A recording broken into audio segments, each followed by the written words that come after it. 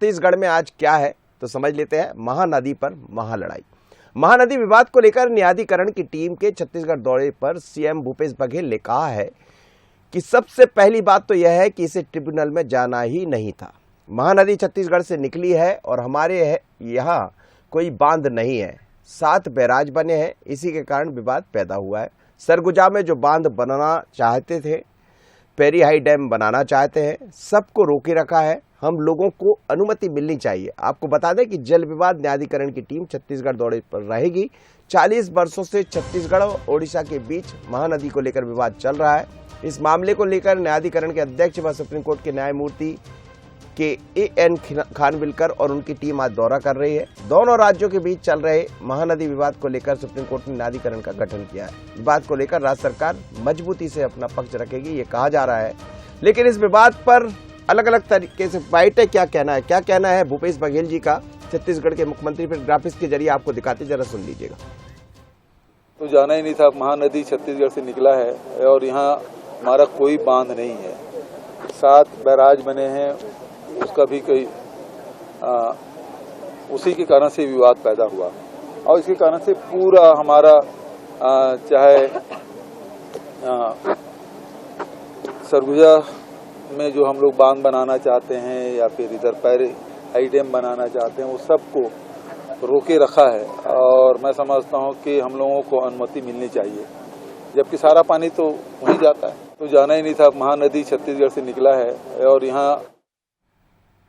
चलिए, तो आप सुन रहे थे भूपेश बघेल जी को, उन्होंने अपनी बात रखी। उन्होंने कहा कि ये जबरन का विवाद है और हम तो जो चाह रहे हैं बड़ा स्पष्ट है, लेकिन फिर भी ट्रिब्यूनल में क्यों गए, ये बड़ा सवाल है। मेरे साथ इस वक्त गौरव जुड़ रहे हैं, हमारे सहयोगी, उनसे बात कर लेते हैं। गौरव, क्या कहेंगे आप, आखिर किस बात को लेकर ये विवाद है? लंबे समय से चल रहा है। महानदी का विवाद कोई आज का तो है नहीं, लंबा पुराना विवाद रहा है ओडिशा और छत्तीसगढ़ के बीच का। अब कहाँ जाएगी बात? जी मनोज जी, देखिए बिल्कुल, यदि मैं कहूँ तो छत्तीसगढ़ से ही महानदी का उद्गम हुआ है और 80% इंक्रोचमेंट एरिया जो है वो छत्तीसगढ़ से होके गुजरता है और इसका नुकसान जो है वो छत्तीसगढ़ के जनता को ही उठाना पड़ता है। चाहे वो कृषि से संबंधित बात कर ली जाए या फिर जब अधिक बारिश होती है मानसून के दौरान, तो महानदी का जो हीराकुंड डैम है जो उड़ीसा में बना है, वहाँ से पानी नहीं छोड़ने के चलते जो बाढ़ का पानी है वो जो उस महानदी के तट है उन गाँवों तक पहुँचता है, उन खेतों तक पहुंचता है और इसका सीधा नुकसान जो है प्रदेश के किसानों को और यहाँ की जनता को उठाना पड़ता है। और विवाद साफ तौर पर जो 7 बैराज बनाए गए थे उसे लेकर है और इतना बड़ा विवाद है कि 1970 से विवाद शुरू हुआ था। आज इतना समय बीत गया, उसके बाद भी कोई निष्कर्ष नहीं निकला है और आज इसी के लिए एक बार फिर से न्यायाधिकरण की टीम जो है वो राजधानी रायपुर पहुंची है और 2 चरणों में ये टीम जो है वो निरीक्षण करेगी। सबसे पहली बात मनोज जी मैं ये बताऊं कि 18 तारीख से 23 तारीख तक ये जो टीम है पहले दौरा करेगी और उसके बाद दूसरे चरण में ये टीम जो है 29 से 3 मई तक जो है जो महानदी का एंक्रोचमेंट एरिया है, जो बॉर्डर है रायगढ़ और बेसिन के बीच का जो क्षेत्र है, वहां पर निरीक्षण करेगी और वहां पर सीधे तौर पर जाके वहां के लोगों से और जो एक रोड मैप है उसका निरीक्षण करेगी और देखेगी कि क्या कुछ मुद्दा है और किसके तरफ से इसका सही है। क्योंकि छत्तीसगढ़ से ही महानदी निकली है तो हक जो है वो पूरा छत्तीसगढ़ को ही मिलता है। मुख्यमंत्री भूपेश बघेल ने भी कहा कि जो ट्रिब्यूनल बनाया गया है उसकी जरूरत ही नहीं थी ट्रिब्यूनल बनाने की। 7 बैराज नुकसान छत्तीसगढ़ को ही उसका हो रहा है और इसके अलावा भी उन्होंने एक बड़ी बात कही कि उन्हें बांध बनाने की जरूरत है, लेकिन बांध नहीं बनाया जा सक रहा है। सरगुजा में बांध बनाने की तैयारी है, वहां पर बांध नहीं बन रहा है और पैरी नदी में भी जो हाई रेज बांध बनाना है उसे भी नहीं बना पा रहे। उनका साफ तौर पर कहना था कि उम्मीद है कि हमारे पक्ष में ही फैसला होगा। जी चलिए सर, क्या फैसला होगा ये तो फैसले के बाद समझ आएगा। गौरव, आपका धन्यवाद। मेरे साथ 2 मेहमान जोड़ा है, के चौहान साहब है भारतीय जनता पार्टी के नेता और सुरेंद्र वर्मा जी है प्रवक्ता कांग्रेस के। सुरेंद्र वर्मा जी, विवाद किस बात को लेकर है? ये तो सच है कि महानदी वहां से निकली, जैसा आप लोग लगातार कहते रहे हैं, बाकी सरकारें भी कहते रही, और पहला हक छत्तीसगढ़ का बनता है।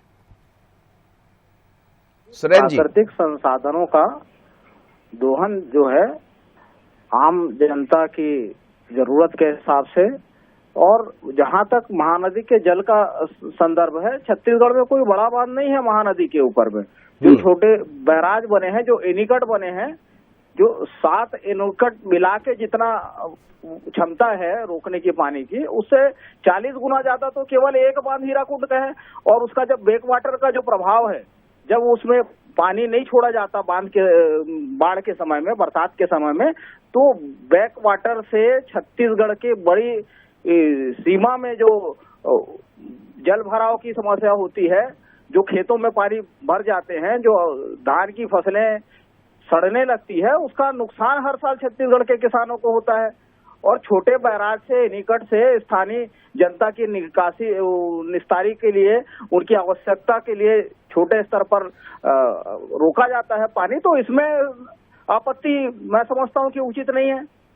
छत्तीसगढ़ में देखिए सबसे ज्यादा लंबाई जो है महानदी की छत्तीसगढ़ की सीमा में है, छत्तीसगढ़ के भीतर है, सबसे बड़ी नदी है छत्तीसगढ़ की, तो उसके जल का उपयोग छत्तीसगढ़ की जनता के लिए क्यों नहीं होना चाहिए? आपको क्या दिक्कत है के.एस. चौहान साहब? ये तो छत्तीसगढ़ की बात हो रही है, इसमें तो दोनों दल को मिल जाना चाहिए। जी, जो संसाधन है, जैसे वर्मा जी ने बोला, सही बात है, संसाधन जो है वो पब्लिक के हैं, और सबसे पहले छत्तीसगढ़ भारतवर्ष में आता है, तो भारतवर्ष के हिसाब से सभी चीजें देखी जाएंगी। और इसमें बड़े बड़े इंजीनियर्स लगे हुए हैं, बड़े बड़े सभी टेक्निकल आदमी लगे हुए हैं, वो जैसा डिसीजन लेंगे जो नदी के लिए, जो छत्तीसगढ़ के लिए भी और अच्छा हो, और जो सबके लिए अच्छा हो, जो मतलब पूरे भारतवर्ष के लिए अच्छा हो, ज्यादा से ज्यादा उपयोग कैसे किया जा सकता है इस चीज का, और सुरक्षा के माध्यम से और उपयोगिता के माध्यम से कैसा अच्छा होना चाहिए, वो टेक्निकल आदमी ज्यादा अच्छे से जानेंगे, तो उसके हिसाब से ही निर्णय लिया जा रहा है। ये कोई मतलब कोई दल के हिसाब से निर्णय नहीं लिया जा रहा है कि केंद्र में कोई दूसरा दल है और भारतीय जनता पार्टी छत्तीसगढ़ में कोई अगर राज्य दूसरी सरकार है तो हम दूसरी ओर मोड़ रहे हैं। तो ऐसे कई केंद्र की सरकारें बदल चुकी हैं और कई राज्य की सरकारें बदल चुकी हैं, लेकिन ये जो है ये सर्वहित के लिए जो सही डिसीजन होगा वो हिसाब से लिया। लेकिन कांग्रेस ये कह रही, भूपेश बघेल जी कह रहे, ट्रिब्यूनल का ट्रिब्यूनल में जाना ही गलत था। जो लोग ट्रिब्यूनल में गए हैं वो लोग कौन है? अरे भाई एक बात बताइए कि ये टेक्निकल चीजें हैं। अब वो भूपेश बघेल जी तो अपने उनको केंद्र के ऊपर उंगली उठानी है या ये उंगली उठानी, बस इस वजह से बोला जा रहा है। भूपेश बघेल जी को और कुछ नहीं लेना देना है। अगर यही केंद्र में अगर कांग्रेस की सरकार और यूपी की सरकार होती थी, ये चुपचाप उस चीज का स्वागत करते, ये कुछ नहीं बोलते, है ना। लेकिन क्या है कि इनको ना नदी से लेना देना है। सुरेंद्र वर्मा जी राजनीति कर रहे हैं आप, भारतीय जनता पार्टी कह रही है जबरन। मनोज जी, किसको नदी से लेना देना है और किसको छत्तीसगढ़िया हित की चिंता है, ये साफ दिख रहा है। एक तरफ तो ये कहते हैं प्राकृतिक संसाधनों पे छत्तीसगढ़ की जो सबसे बड़ी नदी है उसमें छत्तीसगढ़ की जनता का अधिकार है। दूसरी तरफ जब केंद्र के विषय का मामला आता है, ट्रिब्यूनल में क्यों गया मामला और क्यों निर्णय दबावपूर्वक थोपे जा रहे हैं, तो ये दलील चाटुकारिता में छत्तीसगढ़ के विरोध की बात करते हैं, जनता की हित के विरोध की बात करते हैं। मनोज जी देखिए, छोटे छोटे निकटों से पानी का संग्रहण होता है, जल भराव से जो है भूजल स्तर भी बढ़ता है और जनता की जो दैनिक आवश्यकता है निस्तारी से लेके पानी की जलापूर्ति की, उसके लिए यह जरूरी है कि छत्तीसगढ़ को उसके हक का पानी मिलना चाहिए। और मैंने तो कहा ना कि एकमात्र हीराकुंड बांध का आप तुलना कर लो, ये 7 एनीकट से 40 गुना से ज्यादा केवल एक बांध में उड़ीसा उपयोग कर रही है।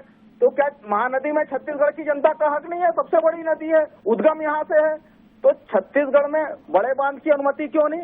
चाहे वो सरगुजा का हो, चाहे पैरी बैराज हो, और वो बड़े बांध तो छोड़ दीजिए, 7 छोटे बैराज है, छोटे एनीकट है, उसमें भी आपत्ति करने लगे। इसमें तो जी प्रतिबद्धता से ऊपर उठ के छत्तीसगढ़ के हित की बात होनी चाहिए। ये चौहान जी जवाब दे दीजिए जल्दी से, अंतिम प्रतिक्रिया। मैं ये बोलना चाह रहा हूँ कि जब से हमारा संविधान बना हुआ है उसमें क्लियर कट लिखा हुआ है कि जो प्राकृतिक संसाधन है उसमें किसी राज्य विशेष का वो ज्यादा हक या कम हक नहीं है। अगर कोई नदी निकल के आ रही है और वो दूसरे राज्यों से जा रही है तो उस पर भी उसका उतना ही हक होगा जितना दूसरे का है। तो ये हमारे संविधान में लिखा हुआ है। तो चौहान जी एक बात बताइए, 40 गुना ज्यादा भरावट जो है केवल एक हीराकुंड में है उड़ीसा का, जिसका उपयोग पूरी तरह से उड़ीसा करती है। तो छत्तीसगढ़ को एक हिस्सा भी नहीं मिलना चाहिए क्या? प्राकृतिक रूप से अगर वो वैसे वैसे हो रहा है वहाँ पर, तो क्या किया जा सकता है? यहाँ नहीं है, वो कृत्रिम है। एक बात बताइए, कृत्रिम डैम निर्माण तो है। कृत्रिम होता है और वो छत्तीसगढ़ में बनाने की तैयारी भी है। आप भी सुरेंद्र वर्मा जी, आप भी डैम बनाना चाह रहे हैं? चलिए, आप दोनों बहनों का बहुत धन्यवाद। सुरेंद्र वर्मा और के चौहान मेरे साथ जुड़े थे, भारतीय जनता पार्टी के नेता। लेकिन छत्तीसगढ़ में महानदी पर महालड़ाई दिखाई दे रही। लंबे अरसे से 40 सालों का ये विवाद है, अभी तक सुलझा नहीं है। कहा ऐसा जाता है कि महानदी पर ओडिशा ने एक डैम बना लिया, लेकिन छत्तीसगढ़ में नहीं बन पाया, जिसकी तैयारियां हैं। दूसरी तरफ 7 बैराज अलग अलग बने हुए हैं, जैसा सरकार का दावा है। उन्होंने डैम अभी नहीं बनाया। इसी बात को लेकर विवाद खड़ा हो गया है। अब ट्रिब्यूनल की टीम 2 दिन रहने वाली है छत्तीसगढ़ में, वो निर्णय लेगी। उसके बाद जैसे हमारे सहयोगी बता रहे थे गौरव, ये पहला दौरा होगा, इसके बाद फिर एक नया दौरा होगा और उन दौरों के बाद जो जानकारी आएगी, जो रिपोर्ट सामने आएगी, उसके आधार पर फिर बड़ा निर्णय होगा। अब निर्णय क्या होता है, लेकिन छत्तीसगढ़ के लोग ये उम्मीद लगाकर बैठे हैं, सरकार भी यही चाहती, विपक्ष भी यही चाहता कि महानदी पर महालड़ाई ना हो, बल्कि महानदी के पानी का सबसे बड़ा हक छत्तीसगढ़ को मिलना चाहिए। होगा क्या, ध्यान रहेगा इस पर। मुझे दीजिए इजाजत, बने रहिए बंसल पर। नमस्कार।